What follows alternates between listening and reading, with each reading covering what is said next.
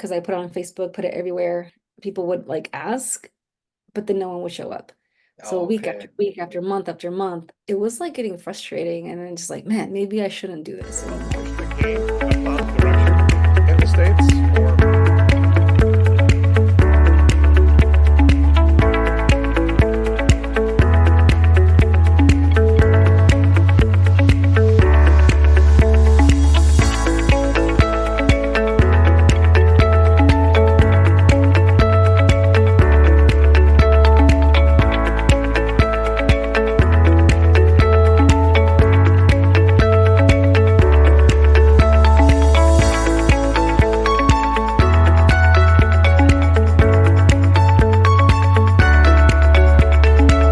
expected people to be as passionate as me, and that's fine.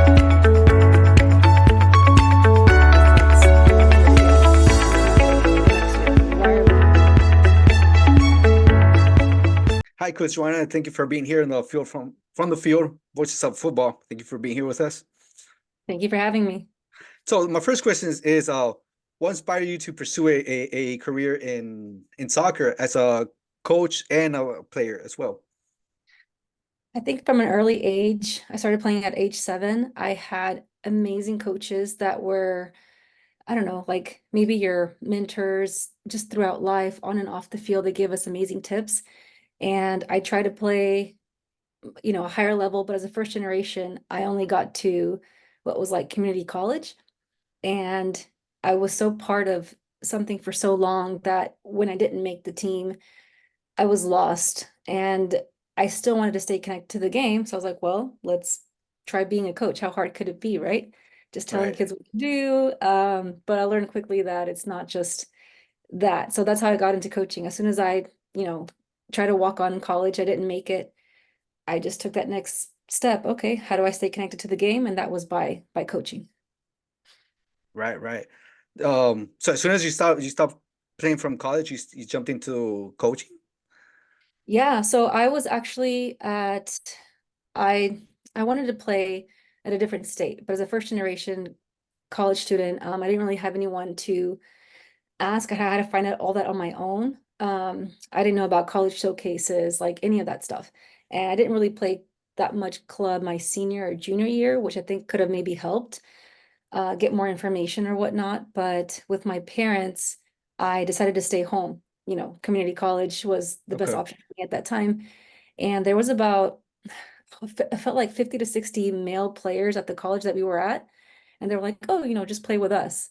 So I practiced with them in the summer, like right after I graduated high school. And then I was like, well, why isn't there a women's team? Like, you know, I'm not going to play on the first men's team. I'm not going to play on the second, maybe like 5 minutes if we're up by so much. But I decided to start a women's uh, team at the Oh, local community college, put posters all over campus. I was like, well, whoever comes, comes, right? We okay. didn't even have an effort to try out. Like if you were there, you were on the team. Oh, wow. Okay. You Had show up, you people and automatically in the team. yes, because we had girls from like some were like international players or international students, and they were like, "Oh, I never played before." I was like, "Oh, okay, well, yeah, just come play with us." And we needed a coach, so there was like an adjunct faculty. His name was Ray Abbasi. He was awesome. He was our coach, and from there we started playing. And then so by then I was going to be a junior at the university, so I had to transfer. And I just was emailed the head coach. I was like, "Hey, I want to continue to play." He's like, "Oh, you can come walk on." Okay. So I just went to a practice and with like, 2, 3 sentences, he like just changed the trajectory of my life or playing career. He was like, they had their plans, it didn't include me. And instead of crying about it, I was like, okay, well, oh, there's a men's professional soccer team here in Houston. Let me go apply. So they had a grassroots marketing team and they sent us all over Houston. I learned the operations of like the game, field setup, as well as, going out in the community with businesses, schools, getting people to know who we were. Houston Dynamo Forever Orange, like my first, like, I guess, soccer gig. Okay. And from there, they started to have Texas Children's Health Plan had soccer clinics before the game. So I'd go and coach, and then I'd come sorry, I'd get really early, we'd set up. So we had, you know, tables, vendors coming to set up for what they called Soccer Fest, like 2 hours Okay. before the kickoff, where the fans get to engage. And so I'd set up and then I'd run over, set up my stuff and I'd coach and break down and then come over and then run the Soccer Fest and then stay after and go to the game. Oh, So I wow. was like, you know, head on. I was a junior in college, and that's how I was like, okay, they gave you the curriculum. I had like a coach that was there with me that I would kind of follow. Okay. And then I was like, well, as a coach, like most of them I had heard had licenses and stuff. So I was like, oh, like what is this? So then that's how I started to get my licenses and all that stuff. Oh, wow. That's pretty. So you were doing the MLS team, which was Houston, right? Yeah, that was my first, was a part-time, but yeah, it was my first job with them, with Oh, wow. MLS. Okay, that's pretty cool. So you were coaching for them, like the grassroots, being Yes. the fan. Wow. How was that experience for you? Sorry. It was awesome. I mean, when they had viewing parties, which was the away games, the Okay. partners with was with Hooters. So we'd go, we'd set up, we'd have a table, you have, you know, we spin the wheel.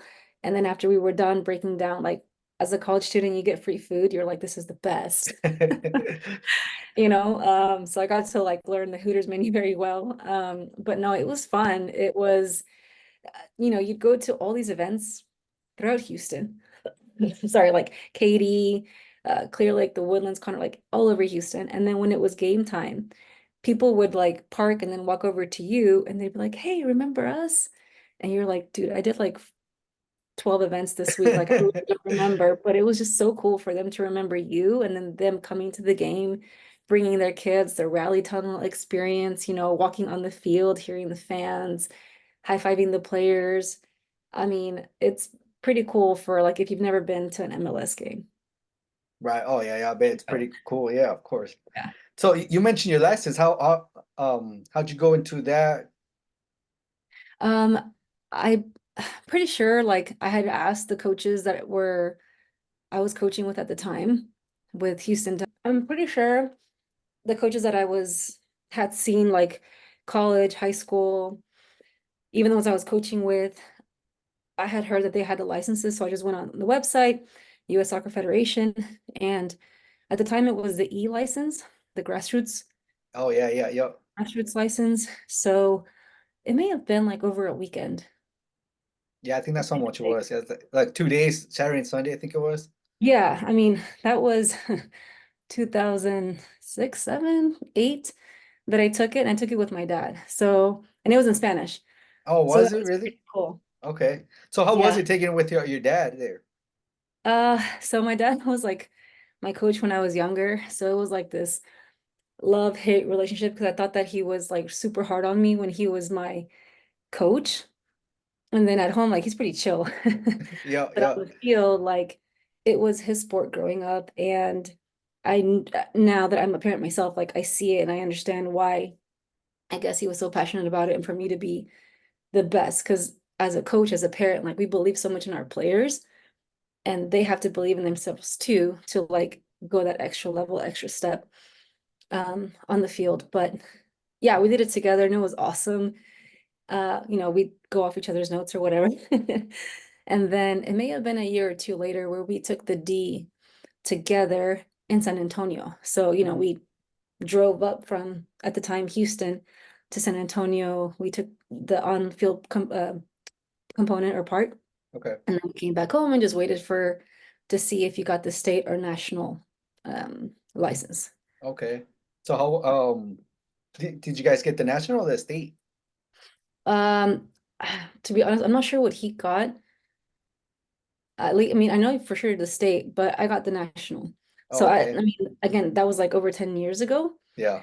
and I didn't pursue a higher license for like 10 years because I guess in between having two kids, my Hmm. son's now 7, but I didn't ever really coach like a club team. You never And I've did? worked, no, I mean, I've coached like assisted here and there, but never like a full season. I was more like player development. So in 2014, I did my own soccer skills, like skills for soccer Okay. program. And Yeah, I worked for Houston Dynamo Youth, FC Dallas Youth, admin, stuff like Mhm. that. Rush, which is the biggest soccer club in the world. At the time, it was Texas Rush, which was in the Woodlands, Dallas Rush, then like Rush Soccer, admin side, a couple of different youth clubs, but I don't know. It's like really being in the trenches. I don't know how coaches do it with 4 or 5 teams throughout the season. Like I coach high school soccer, and I'm like, we have 24 girls, and that's just one team, varsity, and then another JV team. There's so many girls. So, I mean, to really give it that attention, you have to be, maybe that's all you do full time, but it's a lot of work. Oh yeah, it is. Yeah, I coach myself 2 teams most of the time. But yeah, it's a Mhm. lot of hard work doing that. So I'm gonna go back to your dad a little bit. Mhm. Does he still coach with you? Because I know he's got a license. Does he still coach for you or with you? No, I think he more so did it for support. Oh, okay, okay, okay. With me, I think, because I mean, I left Houston after I graduated college, and yeah, he didn't really like coach club or anything. I mean, has to pay Uh, bills, so he was with his full-time job. okay. I don't know if I because I remember seeing the interviews you've done before, and I think he's a certified ref. Did I get that Yeah. right? Right? Oh yeah. So he refs. He Oh, okay, refs okay. still now to this day. He's like 50 plus, but he's still refing. Oh, okay. That's pretty. So y'all have always been involved with the game, right? That's why you're so passionate about it. Yeah. And that's also like, I guess some tips, like him being a referee. I'd go to a lot of his games, like adult, youth, whatever it is. And after doing, oh, actually, and then we started to do the VAR together. Oh So yeah, I yeah, okay. did RA for MLS for 6 years. And, they had them all in the MLS teams.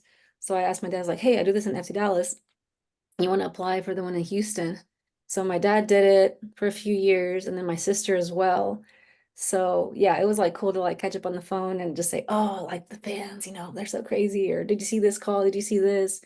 So yeah, we're still in the game. That's real cool though. I work with my dad like in my full-time job, and Mhm. like so I can relate what you're saying, because like at the beginning he was like very hard on me, but now since I've gotten older, I got more experience. He's pretty chill at now. Yeah. But yeah, how did your playing experience influence your coaching style and your philosophy? Mm. Again, I just think I was lucky to have amazing coaches. I did play club when I was younger, and I believe they were all like certified, had their licenses, and just like I would say I've never really coached without a license, but I don't know. You learn a lot. You learn a Okay. lot, like how to coach the player, coach the team in a practice in a game. And even when I would like watch interviews of other soccer coaches, just the way they like would speak, and I don't know, everything just seems so like I would say assertive, but like positive and like just planned. So I'm such a planner. Like I have the rest of the year already planned out for Oh for our wow. classes. Because I'm like, Okay. okay, we're gonna be here, we're gonna do this, camps that. And having 2 kids of my own, I can't really be like, oh, surprise, we have this coming up. No, like I'm gonna be here for camps or whatever. Um, but yeah, the coaches have just been, I don't know, amazing mentors, and I've always wanted to be whatever you do in life, the best in that. And I think the licenses have helped me a lot. Okay. So now that you mentioned your license, right? I know you say you were having a like you hold on, let me check. Right. So how was it taking the C license with your newborn? How was that for you? I don't know why I did it at that time. So, I know I had my own soccer skills program, but again, as a coach, I wanted to grow. And this was the second time that I had launched skills for soccer. The first time I did it for like 2 years, and then I got pregnant, and I don't have family in Dallas, so I got really scared to physically be out there coaching and, get kicked by a ball or whatever, like your belly gets pretty big. Hmm. And so then I didn't do it for a while. Then I got pregnant again. And sorry, I relaunched it again, and then I got pregnant. I was like, I don't want to quit this time. I want to keep going. But I wanted to continue to grow. So I took the C license. I had signed up I think my daughter was like 4 months. So, I mean, for anyone that has kids, it's like that sleep. You're like a zombie for a while. She would wake up every 2, 3 hours for what felt like almost a whole year. And taking the license, the course, it was 6 months. It felt like a college Hmm. class. Constant like classes, Zoom meetings, preparing your presentations, and even the on-field component. I would say I kind of planned it the way I did because it was in the Woodlands and my family's there. So Okay. hotel, food, I'm just kidding. Like, I was with my family and a babysitter. So, they watched my baby girl. They're happy to spend time with her, huh?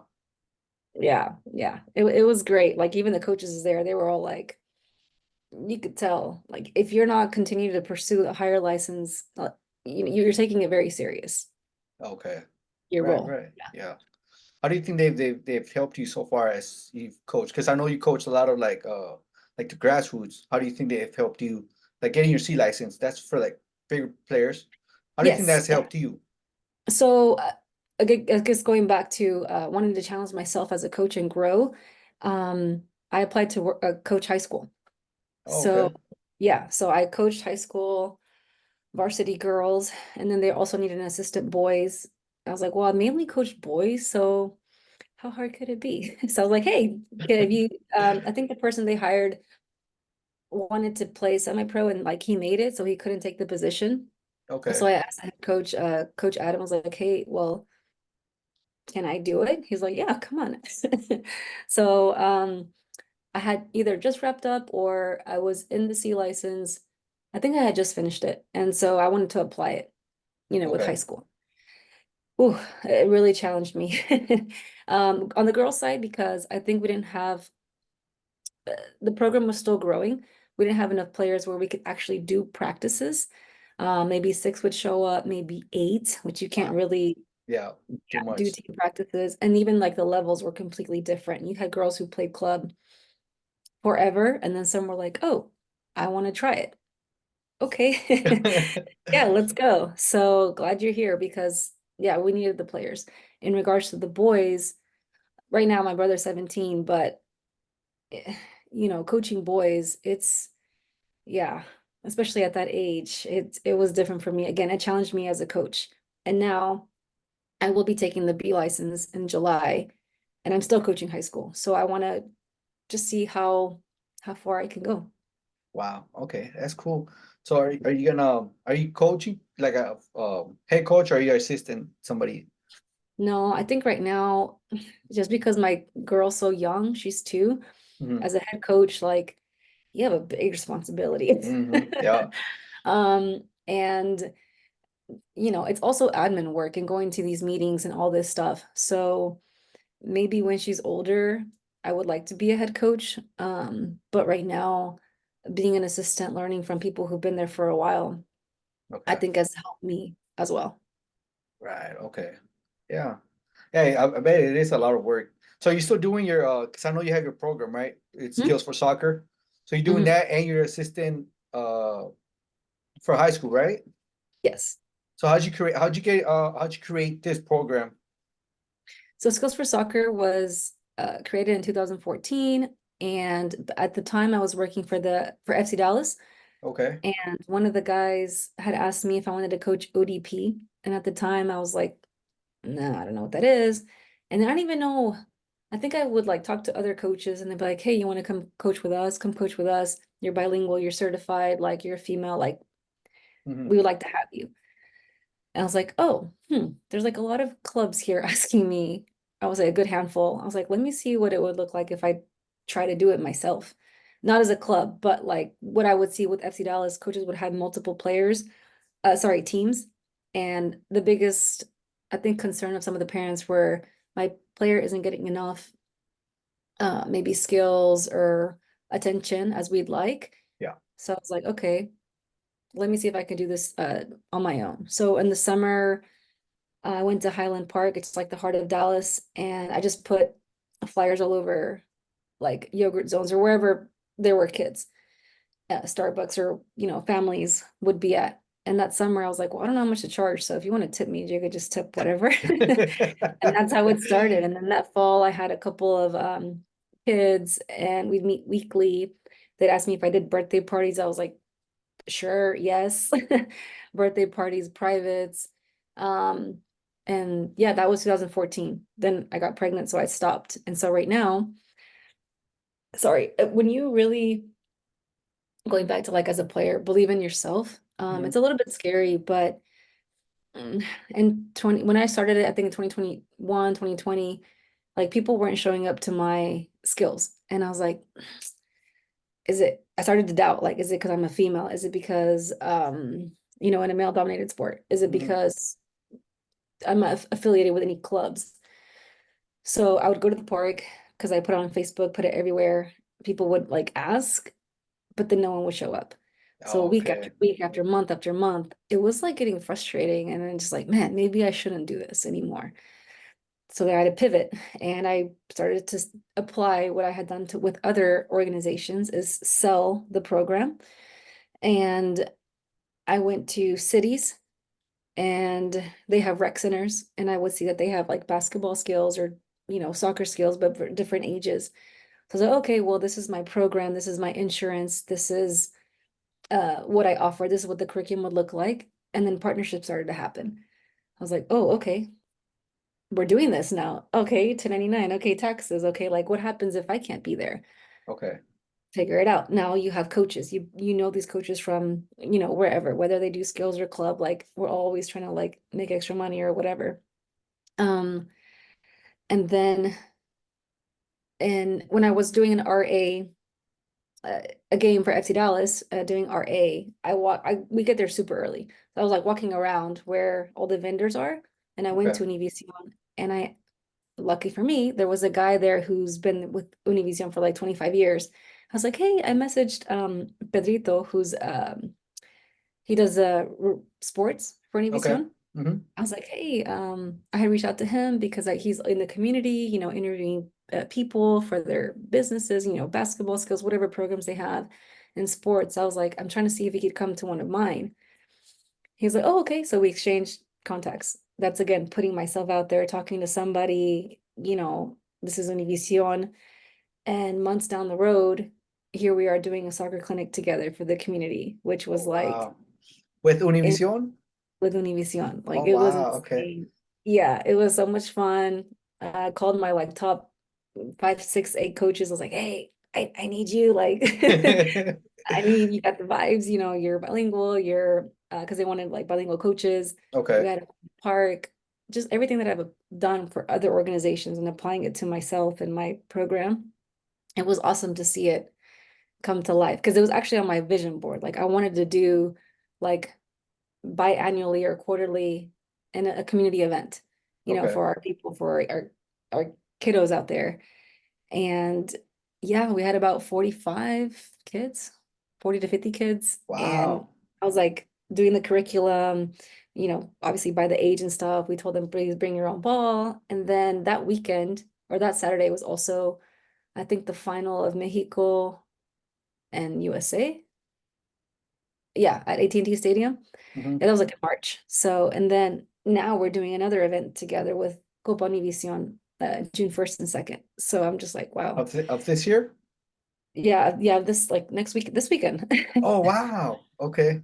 Yeah, so it's like I would have never envisioned this back in 2014 when I was like, nah, I don't want to coach club. I want to do my own thing, that I'd have, a partnership, with Univision or cities or, it's crazy. It's crazy.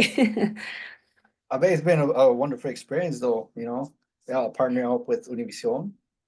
Oh yeah, that was awesome. Like when I went in for the meeting, it was not what I had thought it was gonna be because I thought they were what I had reached out to Pedrito for is like, hey, you want to come or how does it work if you come just interview like me, what I do, and have the kids playing in the background too.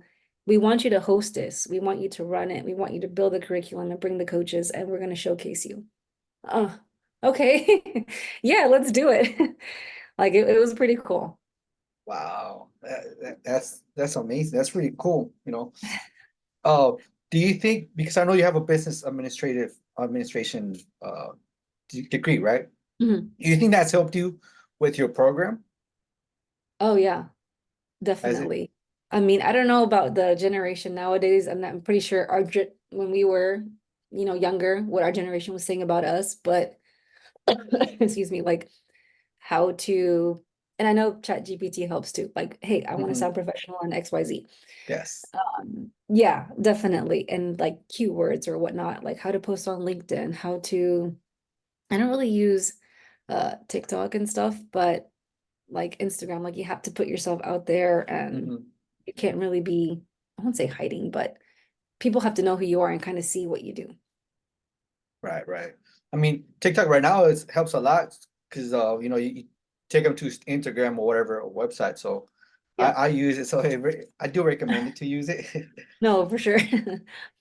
No, but admin getting that degree for me was very personal, very huge because no one on my family's mom's side or dad's side. I'm a first generation, so high school graduate and then college graduate, debt free, scholarships. Like it was huge for me to like get that Oh, okay. certificate. So it's not just for like for you, it's for like family wise, right? Yeah, 'Cause I yeah. yeah, it makes sense. Like we did it. No, I understand because I'm Mexican.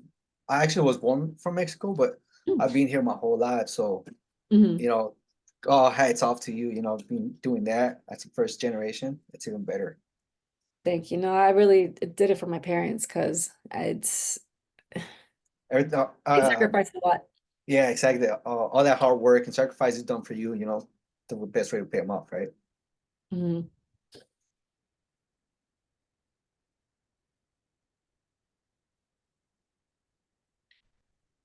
Do you think I know you said like you speak Spanish and you're certified. Do you think that's helped you more than to like continue to help you coach? Has benefited you coaching? Um, I think that growing up, I was born and raised here, Mhm. but everything I saw, smelled, and by smell I mean like our food, our culture, everything was Mexico.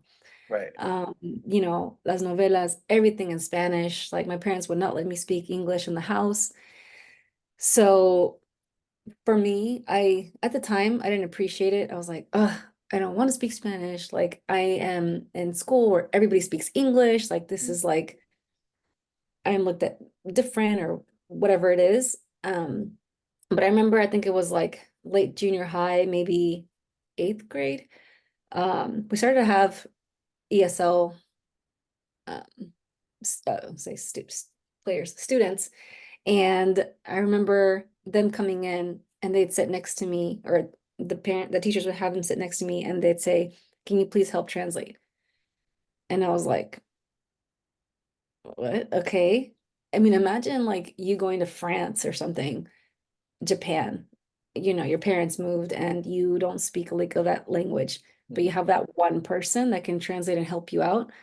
Like it was pretty cool to be able to help them. And I put myself in like, because I think my dad, he tried to go to high school when he came here, but he dropped out like freshman year or Okay. sophomore. So it, I wouldn't say, I don't know, I could try to see it like if it was like them in the past and try to help them. Okay, how could I help them get accommodated and not feel like they don't feel welcomed and maybe drop out, you Okay. know, Yeah, if yeah, that yeah. makes sense. Yeah, So yeah.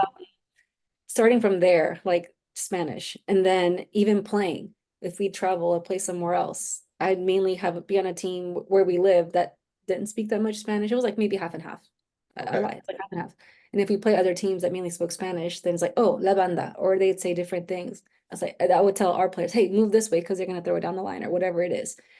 So even like as a player, I would hear it. Coaching wise, um, we had amazing coaches if they had accents or stuff, or sometimes they'd like switch on and off, to Spanish, like we could understand. So now as a player, I remember I had a camp. This is like the most recent, like at FC Dallas, I was coaching and I had a group of maybe 10, 12 boys. I don't think they were like 10-year-olds.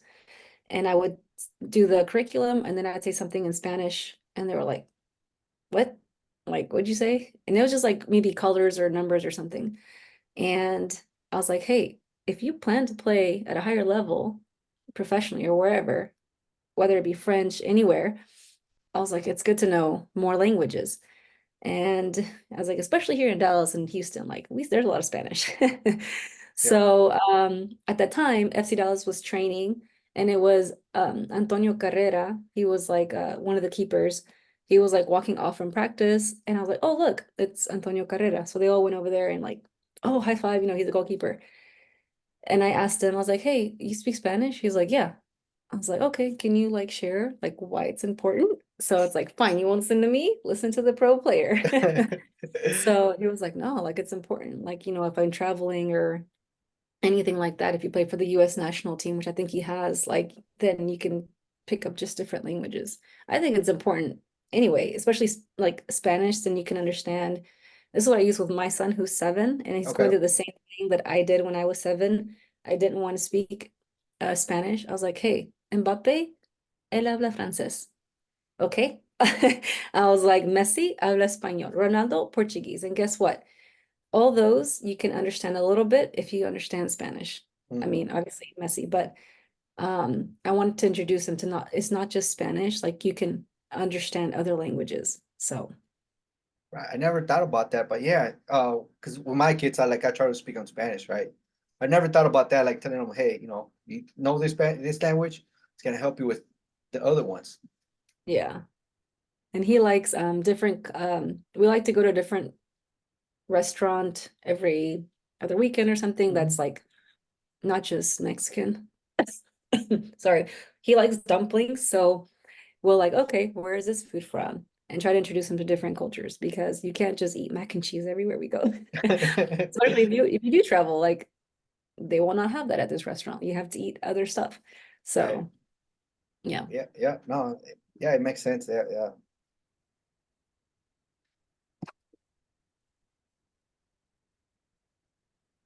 I forgot my question. I was listening to you and I forgot my question I was gonna ask. No worries. I do the same.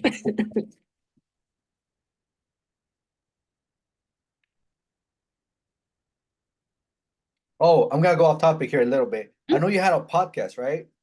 Yeah. You had a interview with Osvaldo Sanchez, which it was a little bit short, like 10 minutes, I think, or less. How Mhm. was that for you doing that interview? Dude, I was like sweating. Well, first I was like 7, 8 months pregnant, so and in the summer. But I mean, I looked up to him as a kid, and my parents Right. did too. They even named my brother after him, Oh, wow. Okay. Osvaldo. So, yeah, I mean, you see them on TV, you get to see them play for Chivas and then the Mexican national team. Hmm. And, you know, as a goalkeeper, I one couldn't play that position, and two, I don't know if I could coach it either. Like that's an intense position. You have to be like some kind of different animal to play it.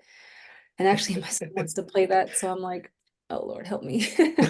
But no, interviewing him, I had met him at an event that he did. He was like signing autographs. I think it was at Rio Grande or something. Okay. And I had my business card, Skills for Soccer, and I was like, hey, I am a certified coach.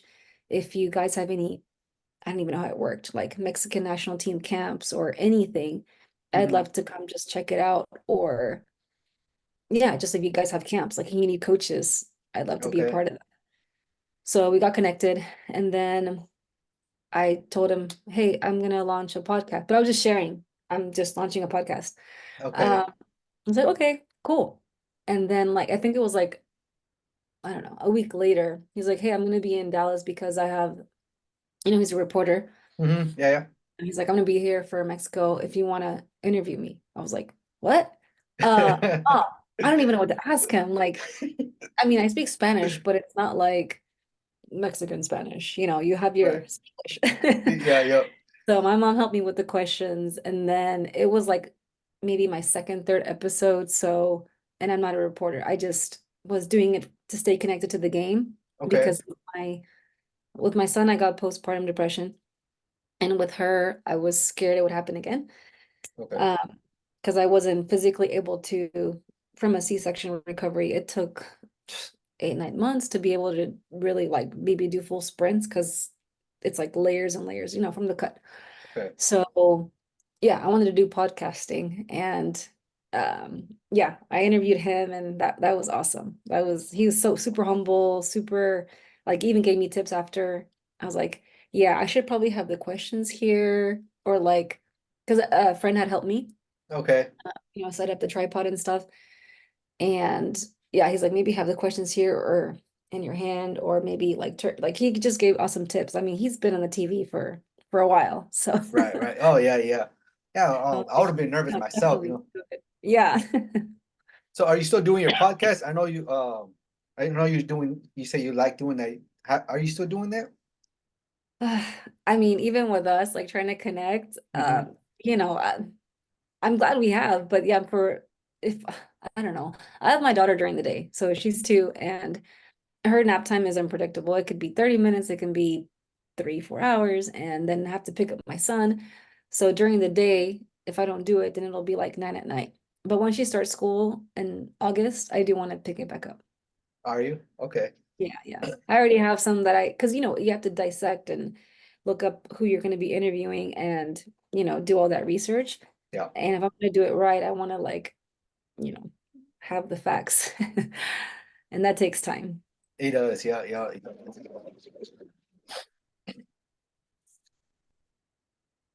But yeah, hopefully I can pick it back up in the fall. Are you? Well, let us know and we'll keep we'll listen to it and we'll promote it here, you know. Thank you. No, I'll share yours too. Cause I mean, it's and to put yourself out there, it's like, oh, how do I upload it? Well, there's YouTube. Now you can find Mhm. how to do it, Spotify, Apple. And then I was doing it on YouTube, but that editing part, I used iMovie and it's like putting all the clips. And then when they were telling their stories of the championships, okay, let me search that and then put that image in there while they were sharing their stories. That took time too. Oh, I bet, yeah, it does. I seen you did one where you were sharing like 5 food, I think, 5 tips or 5 food you to eat or something like that. Sorry. Yeah, because I mean, honestly, as a high school player, I didn't really have like guidance on that. And yeah, your parents tell you come bien, un caldo de pollo or whatever. But when you're in away tournaments, you're like, you see them nachos, and I wasn't as, how do I say it? Like, Discipline. yeah, I was not. I was like, oh, okay. I remember one time taking a warm-up lap and we had just finished like a big thing of nachos with one of my friends. And I was like, man, looking back, what the hell was I thinking? Like, I should have, I don't know, an apple with peanut butter or something. Like, pack your stuff, like, be prepared. Right. Yeah, yeah. So we gotta go back to the coaching, right? Hmm? Can you discuss the impact of your work on the growth and development of soccer in the United States, particularly, in the grassroots, because that's your area that you do the most. Yeah, no, I think that there's this whole like pay to play. And even when I run a program for 2 to 6 year olds, and parents will tell me, "Oh, it's their first class." I was like, "No, I get it. They're 3. Like, of course, it's their Mhm. first class." For me, it's positive reinforcement all the time. When I build the curriculum, I have to go back, okay, how would my 2-year-old take this? Like, how can I make this as fun as possible? I want them, the end result, to be like, I had an amazing time. I want to go back to soccer. Yeah, they're going to play other sports, gymnastics, swimming, whatever. But Mom, I want to go back to soccer because Coach Joe or Coach Anna or Coach whoever did such an amazing job, and we want to go back to that fun, positive reinforcement. Yes, there are rules, we can't just let kids run around, do whatever. So I just have like this, we do a warm up, a fun warm up, get their hearts going. Then we do introduce the ball skill. This is a skill that we're learning this week. Then we review skills from the week before, as the season progresses. But I do 2 activities. Activity 1 is implementing that skill. Activity 2, implementing that skill, but now with a goal. And then we scrimmage. We always scrimmage at the end so they can implement everything that they learned. Okay. You see a lot. I've done admin for rec. We've had like 1,100 players, and then they're all volunteer coaches. And sometimes the coaches would be like, well, if I didn't volunteer, my son or daughter wasn't going to play because there wasn't going to be a team. How do we support these volunteer coaches? I what the recreational program did for Texas Rush was they played rec, they practiced one time with their volunteer coach, then they'd have their games, but once during the week, they would train with a professional coach. And then, the parents can stay and watch. Oh, okay, this is how they do the curriculum. Because now sometimes some parents are just like, and I'd hear them on the field, just shoot, just shoot. You have to pass to everybody before you shoot. And I'm like, in the game, that's not how it is. Yeah. It's like the 50% play. So again, when I got my licenses, I wanted to do a good job at coaching, running that class. Um, you may have in your plan or your vision, okay, we're gonna do XYZ. And then the kids are like not having it that day. So I was like, okay, I gotta pivot. What else could we do to make it fun? Or even as you're coaching. The most recent one I told you I had a demo day for 5 and 6 year olds, and we did the Three Little Pigs. So I had like rings out there. Okay, level one, and I do it by levels, like Okay. that activity. So level one is like, okay, we're gonna toe tap your house, or to make your house strong. They toe tap their soccer ball, and Okay. then I stand behind them, and it's like I'm gonna blow your house down. So then they have to run to one of the circles and put their ball Okay. in. So it's just like small things like, hey, is your foot on the ball? No. Okay, well, I can just take your ball. Is your ball outside the circle? And just like so they can understand. Okay, go back to the blue line. Level two, you pick up some more rings. Now you got to tap a little bit harder, a little bit faster, to build the foundation of your house. So it's just like that imagination. Again, that's that age. But when you coach older kids, Hmm. it's like a whole different curriculum, a whole different way that you speak to them. It's just on the age. Oh yeah, yeah. It's so my question is because you coach little kids, right, and bigger kids, is it hard to turn it off? Like because with little kids, you gotta be like, hey, do a little, Hold my like you hand said, or, this way. yeah, exactly. So it's a whole different language you gotta talk. Is it hard for you to turn it off and on for the bigger boys? I would say like no, because I mean it's a different mindset, different goal, different thing that you're trying to accomplish that day. Okay. For the little ones, I drink like coffee or something before because I need that energy. With the older ones, it's like I won't say my Zen moment, but it's like, okay, we already know what we're gonna do. This is what we did in the previous game. What did the opponent do that we couldn't get past, wherever? Okay, this is what we're gonna work on today. Like you could just talk to them completely different. You actually have formations, you have different positions on the field versus like, hey, don't use your hands. Well, I guess yeah, they're two. So, All I enjoy right. being able to coach all different ages because again, it challenges me as a coach and I get to yeah, I don't know if I'll coach college one day. I coach ODP right now. Okay. So ODP, it's, the Olympic Development Program for North Texas, but the girls, I tell them, hey, we're gonna do a different warm up every single time you see me. So for that age, it's U11. I gave everybody two cones. It's like we're gonna play cone tag.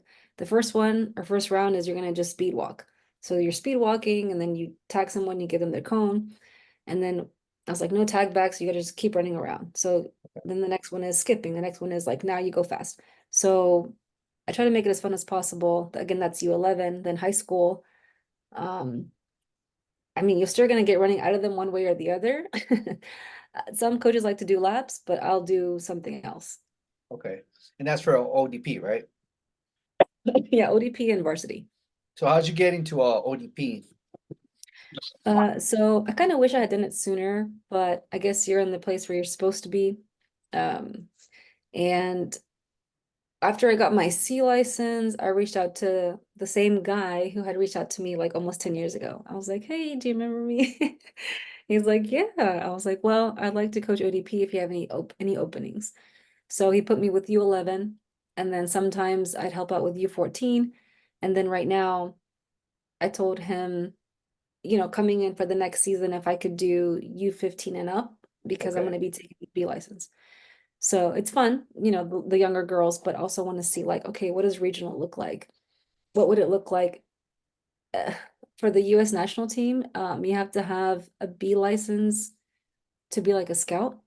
Okay. I was like, okay, what does that look like? Like keep growing, keep challenging yourself. So yeah, we'll see what the summer, looks like, but I'm excited for it. Okay. So as you keep going, keep getting your licenses and keep going with ODP, right? And hopefully with a scouting for US national team, right? Mm. Are you gonna keep doing your program with the grassroots like you're doing right now, skills for soccer? Or is that gonna be like just leave it to a side and keep doing No, it's grown a lot since last year. Like last year, I was just kind of saying yes to everything. I was like, yes, I'll do this. Yes, I'll do that. And now it's a little bit more strategic where it's like, okay, I have summer camps like all summer. The partnerships that I have are with the city or that high school that I coach at, which is the Hockaday School. I have summer camps there. Even in Frisco, I have some which are indoor. With the summer heat, like, yeah, you want to be indoors. It's like, okay, for this age group, how do we do this?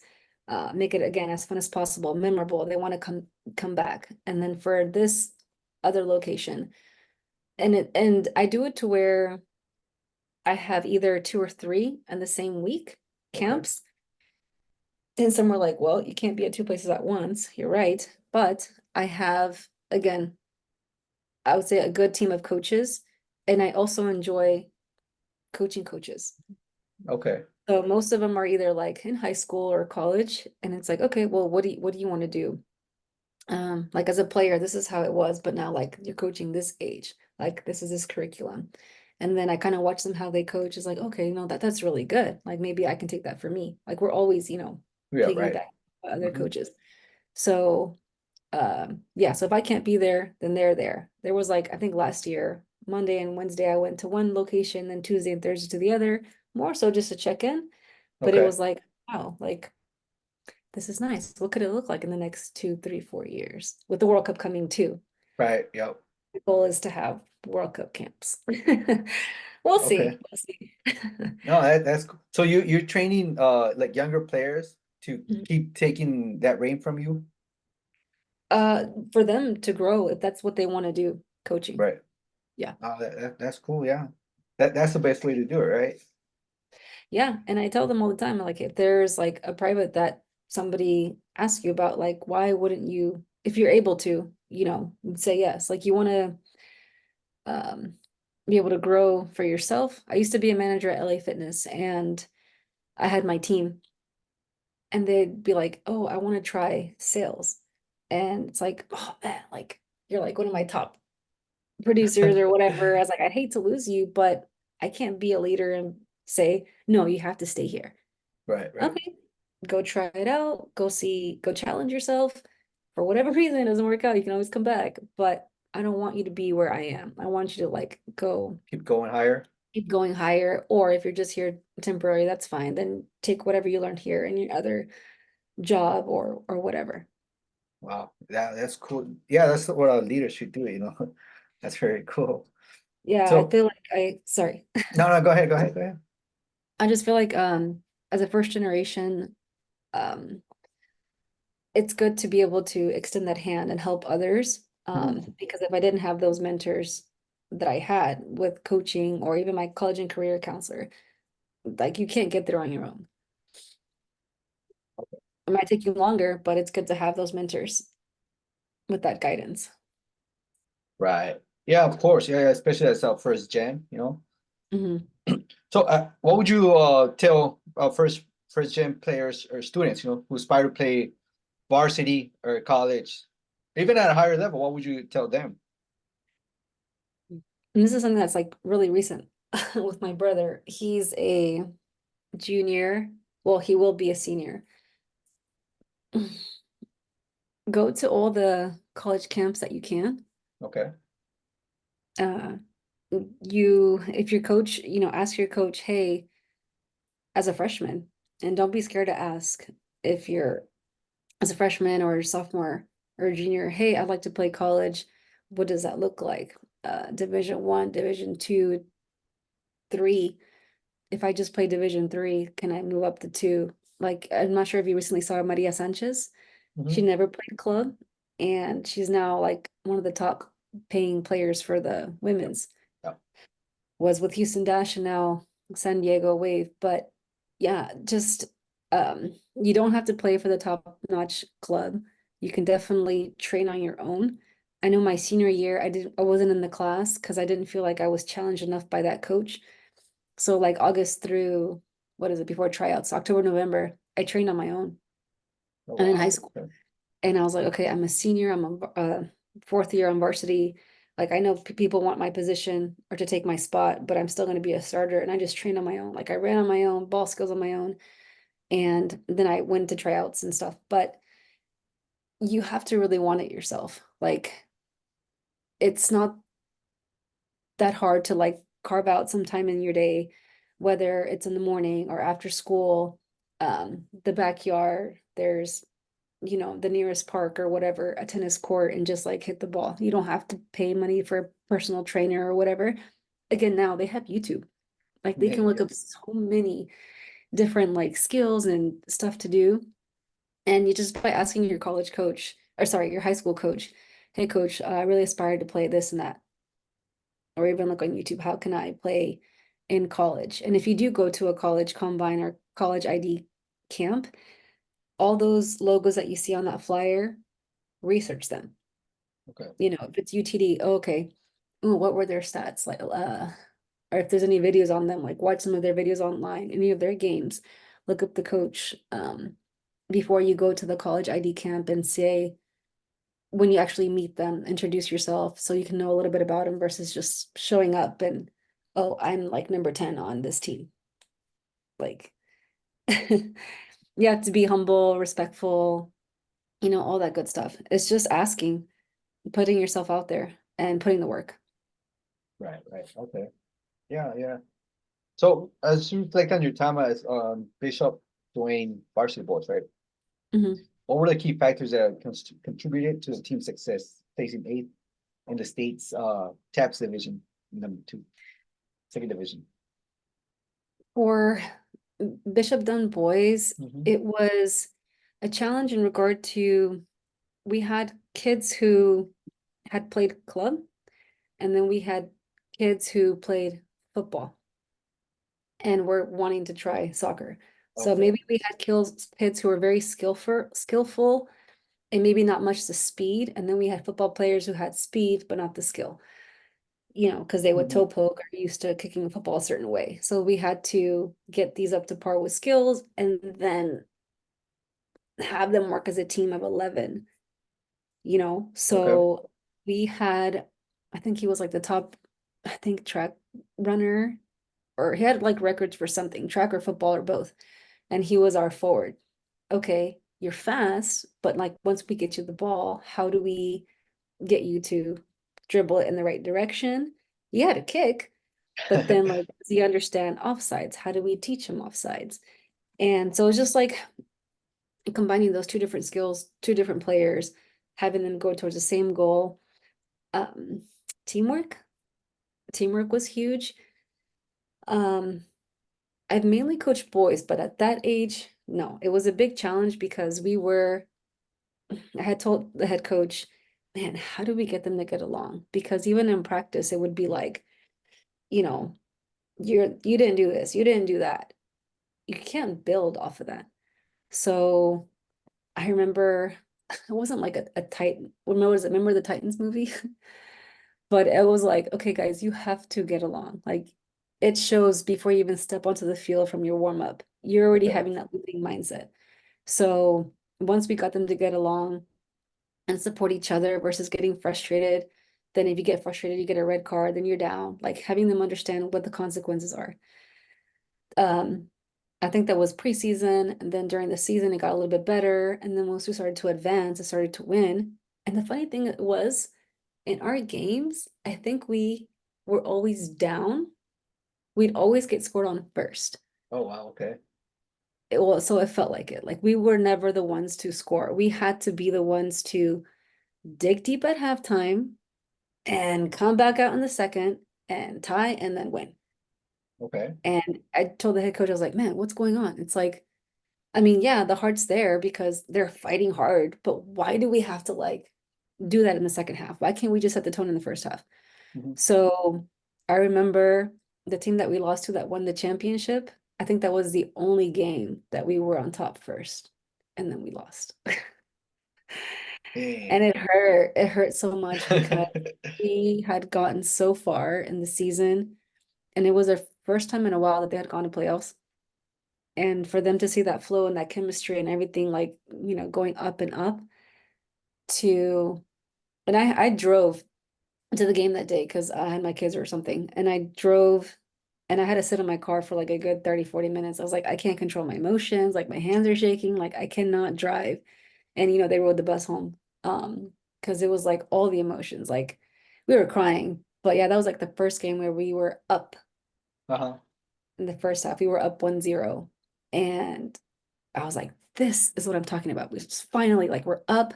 How does it feel to be up? Now you dominate and you have to keep it like that momentum and, maybe 2-0, 3-0, lock it in.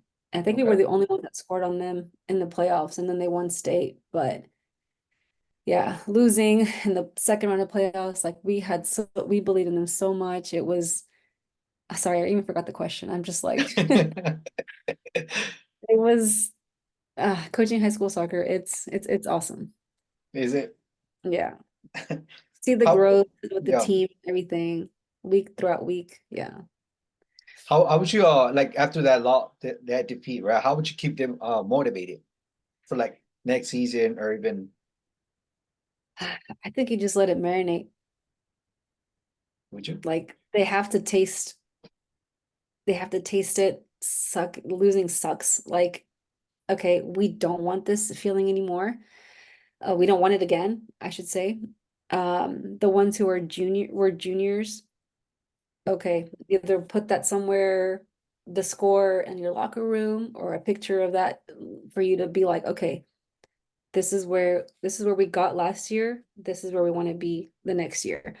And even this year when I coached the Hockaday girls, so I went from Bishop Dunn to the Hockaday and it was all girls and we won almost every single game. And then in our final we lost we tied and then we had to go to overtime and then we did PKs and then we lost. But those girls had won like back to back to back championships. So it's like, Wow. how do you win, win, win, win? You have to Mhm. have that consistency to be able to win again. But then when you lose, it's like, ugh, you're that class that lost. Okay, next year, you gotta win. So it's just letting it marinate. This sucks. We don't want it again. And remembering it for the next year. Why are we here? Why are we working so hard, during off season? Because our goal is, championships or whatever it is. Right, yeah. I bet it's hard losing, at, at any stage is pretty hard, difficult to take it in. Yeah. I know you mentioned ODP, right? I'm gonna go back to it a little bit. What's the Mhm. biggest challenge you faced in ODP in North Texas, and how did you overcome them? I think personally for me, since I don't play a coach club, I don't see the players out on the field. The coach that I coach with, or the head coach, Coach Jason, he's with the club, coaching that age group, and he's on the field all the time, tournaments, games, whatever. So he'll see them. So ODP, you try it once a year, and they're girls from all different clubs, and then you represent North Texas twice a year in tournaments. But for me, it's not seeing them, but once a month.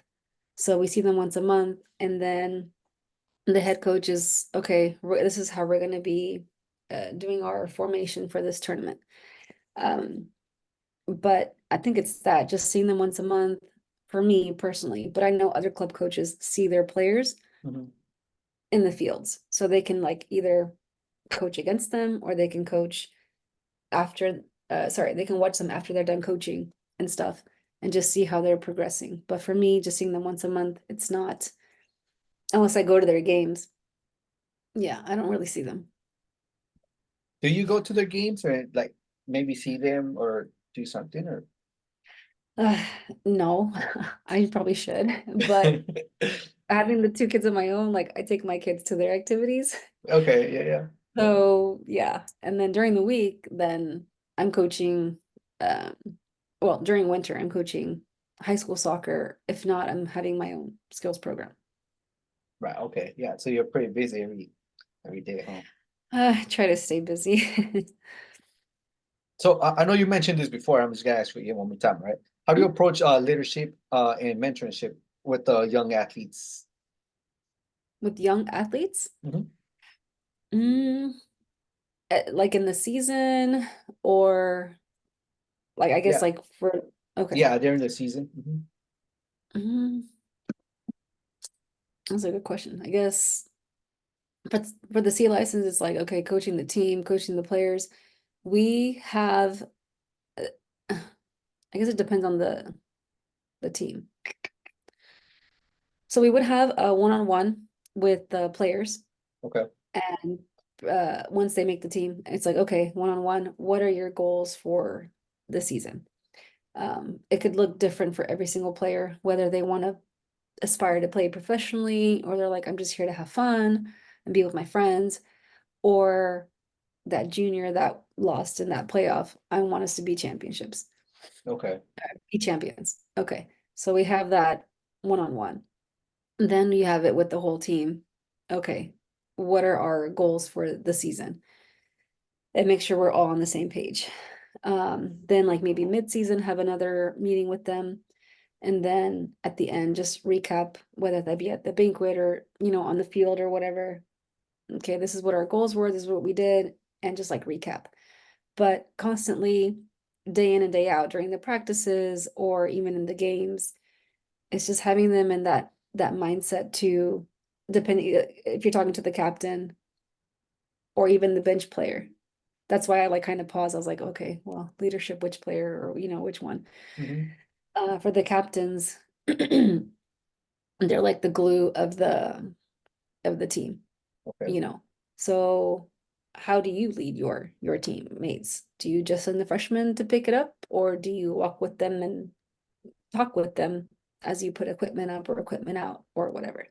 Or the bench player who's always on the bench and wanting to not play anymore because they're like, oh, I suck or whatever. Or why is so and so getting all the minutes? Well, did you realize that that player was in the same position that you were when they were freshmen? Like, Yeah. it takes work. So yeah, it just depends on the player, and what their goals are, and just trying to keep them motivated and reviewing your goals.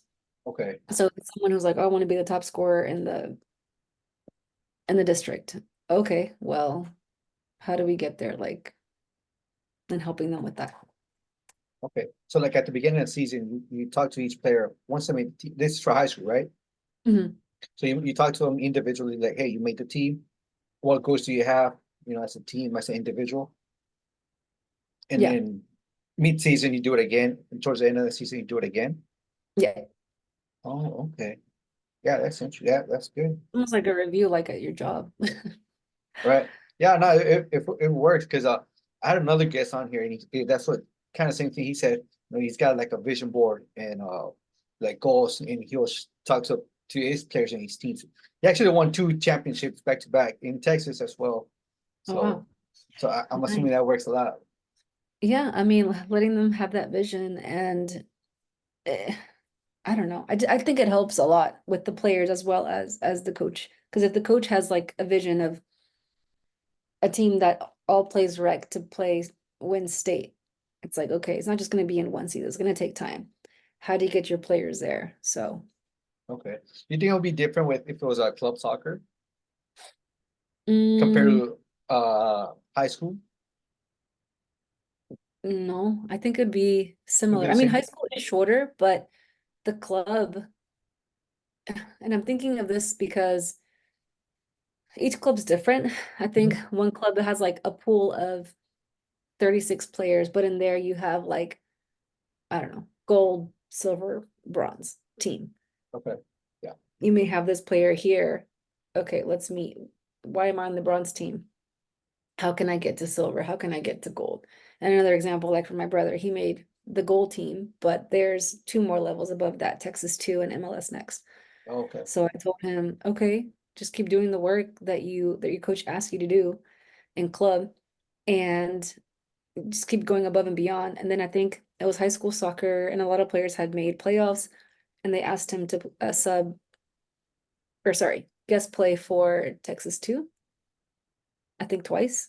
Okay. So I was like, okay, well, why do you think they asked you to play out? And then tryouts happened, and this year for next season, I was like, hey, try out for that team.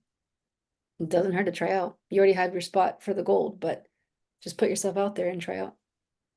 So yeah, Okay. like what are your goals? Do you want to keep moving up? Do you want to just stay here? I think having that same, yeah, structure per club. It'll work the same way. You think so? Mhm. Okay. Um, I know you've gotten a lot of like coaching and work with FC Dallas and Houston Animal. So would you prefer watching a professional soccer team practice from beginning to end, or actually attend the match? Practice. You rather watch the practice? Why is that? Yes. Because I feel like you get to see behind the scenes, and in the game you see the players, but in the practice I watch the coach, Okay. which is maybe weird, but yeah, I'm like watching the coach, like how early did they get there? I know they have like a team who probably sets up and stuff, but Mhm. okay, how do they warm up? How do they stretch? How does he or she talk to the players? How does he transition from this to then that? Then do you always end with the scrimmage? Do you have, I guess it depends on the team's goal that day. Two-a-days, what does that look like? How do they do a cool down? There was a girl that I interviewed. She worked for FC Dallas, but then she's right now with the US national team, Stephanie Dominguez, Okay. athletic, let me get this wrong, athletic performance trainer, I think. But that's what she like works on Oh, too. okay. It's making sure that their bodies are ready for the next match or the next whatever it is. I definitely would like to. I mean, I've been to so many games also, so I think practice would be awesome So as a you coach. rather watch. I've always said it myself, like the training is my show, at the games there, to do what they know to do. That's how I see it. I don't know. Yeah, and I think I know that's a professional level that we're talking about, but Yeah, exactly what you just said. But on the youth side, you put in the work at the practice and in the game, just let them play. yeah, I yeah, had for told sure. an interview that I had, I was like, I'm not a joystick coach where I tell them what to do in every single play. Like Okay, I feel like I didn't do my job in practice, then I'm more there for guidance yeah, and to yeah. motivate. But yeah, if they start messing up bad, then okay, yeah. Okay. Then I'll bring up my outdoor boys and like, hey, don't do that. Of course, yeah. Yeah. But yeah, letting the kids play. What coaches do you follow outside of and TikTok or Instagram? What coaches do you follow?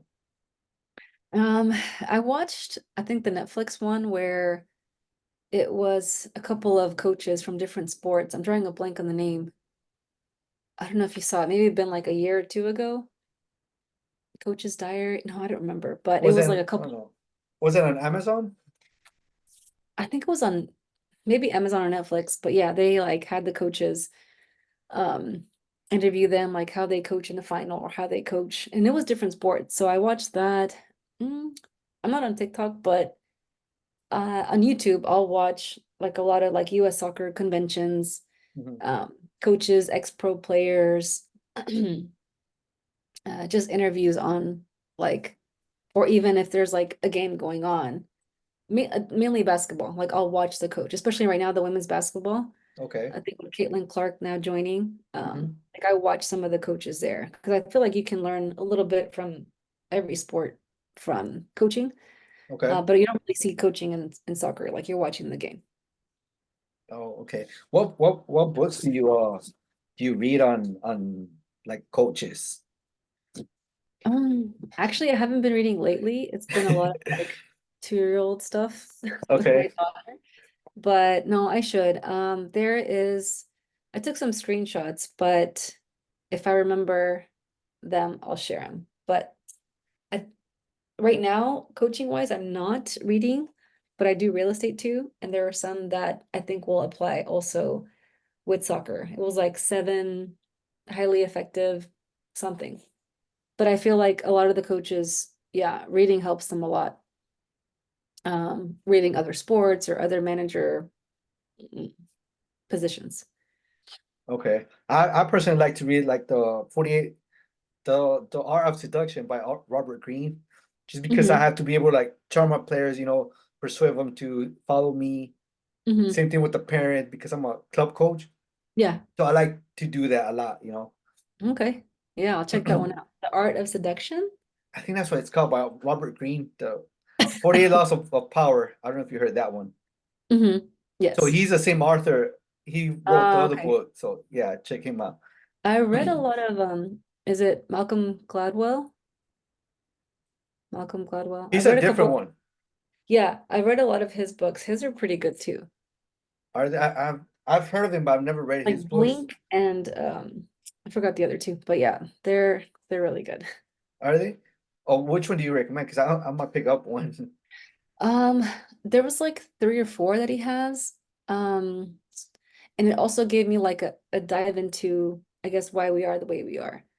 Okay. So you're dealing with different kids, different backgrounds, different personalities, different birth orders. I feel like Mhm. it helped me understand, oh, okay, this is why this player is XYZ, or how could I maybe motivate them versus the way I motivate this other person or talk to them. Yeah. So if Okay. I remember, I'll send it to you, but I don't know at the moment. All right. What are your long-term goals as a coach? What impact do you hopefully have on the soccer community? I think right now with Skills for Soccer is having um be the go-to place for camps. And that is by, again, writing up curriculum based on the age and stuff and wanting players to come to our camps. With the World Cup coming, that's in 2 years. So that's like two more summers for me to like, make it big. Uh, yeah, just be that like when people travel from all over, they're here for like maybe months or weeks. Okay, look them up. This is where I want to go to soccer camp with Coach Joe or Skills for Soccer. That's, and then like have, I don't know, all goes well with Univision, continue to have that partnership, Okay. clinics and stuff. I also just posted on LinkedIn recently that if you guys want like an MC, because I did like MC for a chamber event, Okay. and with Houston Dynamo, we used to do this too, like at halftime, just like recap and make it like a fun thing. And whether at a restaurant or an event, and okay, these are the prizes. Let's do juggling contest. Let's do, whatever it is, just like keep the hype, during halftime. What else? So that's on for Skills for Soccer. For me, continue to coach high school and then also taking the B license. I don't know, just keep tapping into the US national team to see whether I can go to camps or something and just, I don't know, continue to grow. You ever see yourself like coaching like a U15, U17 maybe, or I think they have 14 for like the national team. Oof. I mean, right now I would say no, but if you would have asked me years ago a partnership with Univision, I'd be like, yeah, right. So I don't know, like, is it a requirement to coach club, or is it okay to just continue to coach high school? Whether that's just like for a few months, is that enough for you guys? I don't, maybe not, but as a scout, maybe. Okay. Yeah, yeah. I mean, how do you see the world of technology and data analysis evolving in soccer training and coaching? Ooh, well, right now, I think the ads on Instagram, I think, are coming up with, I think it's called Dribble Up. So you can, it's like I think it's like a yellow ball, and it can keep track of your touches and how fast. Now there's like what else? I think Toka. I'm not sure if it's in Kansas City, but in here in Dallas, it's growing pretty big, and they have a Mhm. couple of goals, and like you have to, the ball's coming towards you out of like this machine, and then you have to get it somewhere. So he tracks that.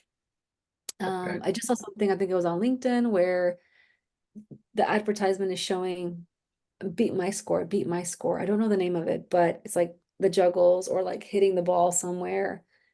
Um, there's another one that I just flashed in my brain, but it's like a bar of like six different lights, and you have to Okay. like tap it with the ball or something. So I think it's awesome to have all that. Okay. I just like, wonder. how would they have players like Ronaldo, Messi, and Ronaldinho, if they would have used that, that have enhanced their touch? Like, would they have been better than they are now? Or is street soccer like the best way? Mhm. I don't What know. do you think? I think the machines are great, but I think that the street style really challenges you because you play with all different ages, sizes, speed. You could Okay. have like a 6-year-old playing a 10-year-old, or 14 playing an 18-year-old. I don't think anything could beat street style soccer. It's the best, ain't It's a real life. it? Do you incorporate any of these tools to your practices? No, but if they want to sponsor me, I would love to try it. Yeah, no, I don't. And I think they also have like that training top vest that keeps track of like how much you run and all that stuff. I mean, it's great data for the Mhm. ones that's their job and they have to analyze, but yeah, I don't use any of that stuff. Not I yet. think, It'd be nice. yeah, I think that professionals use that like this one, like a tank top kind of, where it Mhm. measures your heart rate, right? Yeah. So we gotta start wrapping it down because I know we've been here for almost an hour. You probably have stuff Oh to my do. glasses. Oh, yeah. What's been the most rewarding experience in your coaching career so far? I think the championships are awesome. But I think growing the game by developing the players and growing their confidence is huge. There's players that you see them from the beginning, you're like, oh, we got a lot of work to do. And then like a few months in, you're like, yes, like, you know, you help them uh grow in their skills, their confidence, and all that stuff. You're just like, yes, that is awesome. Oh yeah, I think that's the best feeling ever. For like for me, I coach my son, right? Mhm. And like at the beginning, he was scared of the ball. So like after like mid-season, he almost scored a goal, and he's like, "Hey, I'm closer to the goal." So I was proud of for that moment. Mhm. So yeah, I mean, that's a great feeling right there.